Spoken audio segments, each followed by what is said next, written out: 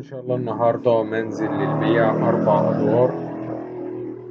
في البداية هنقول على تفاصيل المنزل عشان المهتم يكمل. العنوان بتاعه في شارع عبد الله حيدر، أمام شارع محمد صلاح، متفرع من شارع المنشية، فيصل، الجيزة.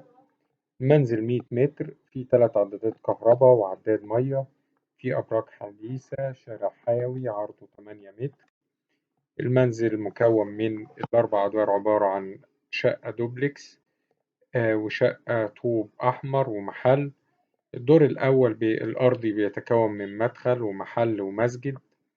الدور الأول ريسبشن واسع جدا، قطعتين وحمام ومطبخ كبير. الدور التاني مكون من 4 غرف وحمام.